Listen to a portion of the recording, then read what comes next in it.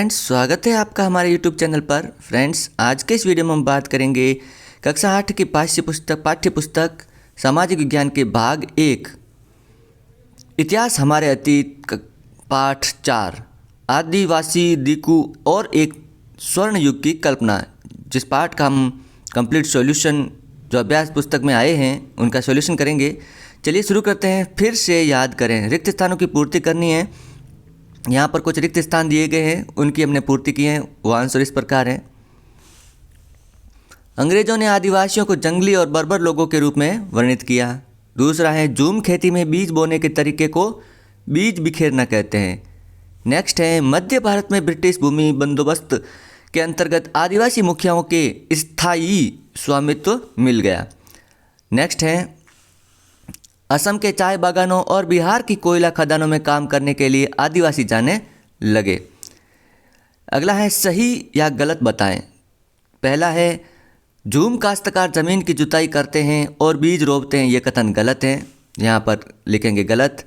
Next है, व्यापारी संस्थानों से कृमिकोष खरीद कर उसे 5 गुना ज़्यादा कीमत पर बेचते थे, ये कथन सही है, इस प्रकार यहाँ लिखेंगे सही। नेक्स्ट है, बिरसा ने अपने अनुयायियों का आह्वान किया कि वे अपना शुद्धिकरण करें, शराब पीना छोड़ दें और डायन व जादू टोने की प्रथाओं में यकीन ना करें, यह कथन भी सही है, यहाँ पर लिखेंगे सही। नेक्स्ट है, अंग्रेज आदिवासियों की जीवन पद्धति को बचाए रखना चाहते थे, यह कथन गलत है, यहाँ लिखेंगे उत्तर में गलत। अब अगला प्रश्न है, आइए विचार करें, ब्रिटिश शासन में घुमंतू काश्तकारों के सामने कौन सी समस्याएं थी। तो यहाँ पर आंसर लिखेंगे, घुमंतू काश्तकार यहाँ वहाँ भटकते रहते थे और एक जगह ठहर कर नहीं रहते थे। वे चाहते थे कि आदिवासियों के समूह एक जगह स्थायी रूप से रह सकें और खेती करें। स्थायी रूप से एक जगह रहने वाले किसानों को नियंत्रित करना आसान था। अंग्रेज अपने शासन के लिए आमदनी का नियमित आय स्रोत भी चाहते थे। फलस्वरूप उन्होंने ज़मीन के बारे में कुछ नियम बना दिए, लागू कर दिए। उन्होंने ज़मीन को माप कर प्रत्येक व्यक्ति का हिस्सा तय कर लिया। उन्होंने यह भी तय कर लिया कि किसे कितना हिस्सा देना होगा। कुछ किसानों को भूस्वामी और दूसरों को पट्टेदार घोषित किया। पट्टेदार अपने स्वामियों का भाड़ा चुकाते थे और भूस्वामी सरकार को लगान देते थे। आदिवासी झूम काश्तकारों को स्थायी रूप से बसाने की अंग्रेजों की कोशिश बहुत कामयाब नहीं रही। जहां पानी कम हो और मिट्टी सूखी हो, वहां हलों से खेती करना आसान नहीं होता, बल्कि हलों की मदद से खेती करने वाले झूम काश्तकारों को अक्सर नुकसान ही हुआ, क्योंकि उनके खेत अच्छी उपज नहीं दे पाते थे। इसलिए पूर्वोत्तर राज्यों के झूम काश्तकार इस बात पर अड़े रहे कि उन्हें परंपरागत ढंग से ही जीने दिया जाए। व्यापक विरोध के फलस्वरूप अंग्रेजों को आखिरकार उनकी बात माननी पड़ी और ऐसे कबीलों को जंगल के कुछ हिस्सों में जुमंतु खेती की छूट दे दी गई। नेक्स्ट प्रश्न है, औपनिवेशिक शासन के तहत आदिवासी मुखियाओं की ताकत में क्या बदलाव आए।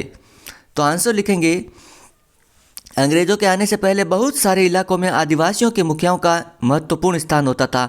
उनके पास औरों से ज़्यादा अधिक ताकत होती थी और वे अपने इलाके पर नियंत्रण रखते थे। कई जगह उनकी अपनी पुलिस होती थी और वे जमीन एवं वन प्रबंधन के स्थानीय नियम खुद बनाते थे।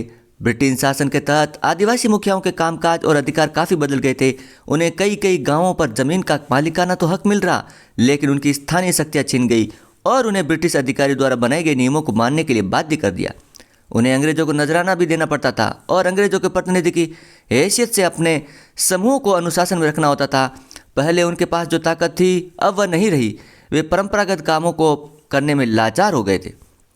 नेक्स्ट प्रश्न है, दीकुओं के से आदिवासियों के गुस्से के क्या कारण थे। तो इसके निम्नलिखित कारण थे।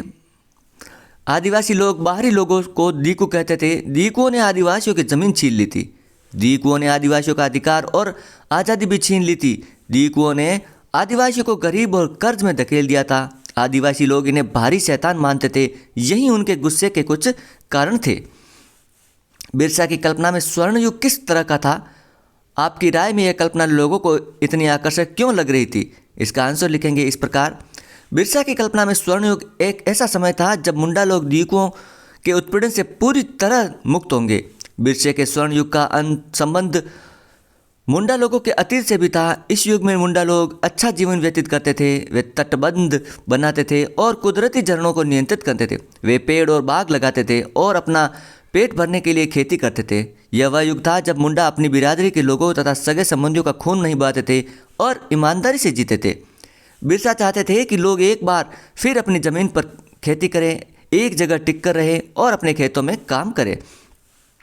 लोगों को कल्पना निम्नलिखित कारणों से आकर्षित कर रही थी। अधिकतर लोग मुंडा को आकर्षित व्यक्तित्व तथा चमत्कारी शक्तियों से प्रभावित मानते थे। मुंडा लोग जानते थे कि उनका जीवन काफ़ी अच्छा है, उसी को वे कायम रखना चाहते थे। उन्हें पूरा विश्वास था कि बिरसा उन्हें दीकुओं के उत्पीड़न से अवश्य ही मुक्ति दिलाएंगे, फिर उन्हें अपनी जमीन दोबारा मिल जाएगी। जैसे बिरसा लोगों को सत्ता पर अपना अधिकार स्थापित किया, उसी तरह से वे भी सत्ता का अधिकार चाहते थे। नेक्स्ट क्वेश्चन है, आइए करके देखें। प्रश्न संख्या 7 है, अपने माता पिता, दोस्तों, शिक्षकों से बात करके 20वीं सदी के अन्य आदिवासी विद्रोह के नायकों के नाम बताएं, उनकी कहानी अपने शब्दों में लिखिए। तो इस प्रकार हमने लिखी है, ताना भगत आंदोलन 1914 से 1919 के दौरान ताना भगत और उमराव जनजातियों का एक जनजातीय विद्रोह था। इसकी शुरुआत बिहार जिले के छोटा नागपुर क्षेत्र से हुई थी, जो अब झारखंड में है। यह आंदोलन यात्रा उराम के नेतृत्व में चल रहा था। यह महात्मा गांधी से भी पहले शुरू किया गया सत्याग्रह था। यह आंदोलन अंग्रेजों द्वारा लगाए गए करों के खिलाफ था। वे सभी साहूकारों, जमींदारों और ब्रिटिश अधिकारियों के विरोध में थे। ताना भगत अहिंसा के विश्वासी थे और महात्मा गांधी का अनुसरण करते थे। इस प्रकार चैप्टर संख्या 4 कंप्लीट होता है। वीडियो अच्छा लगे तो लाइक और शेयर कीजिएगा। चैनल पर पहली बार तो चैनल को जरूर सब्सक्राइब करें। हमारे चैनल पर सभी पाठ्य पुस्तक के 6, 7, 8 से संबंधित सभी अभ्यास प्रश्नों के प्रश्न पत्र जो पाठ्य पुस्तक में दिए गए उनका सॉल्यूशन डाला जाता है। इसलिए चैनल पर बने रहें और चैनल को सब्सक्राइब करना न भूलें। मिलते हैं अगले वीडियो में। Thank you.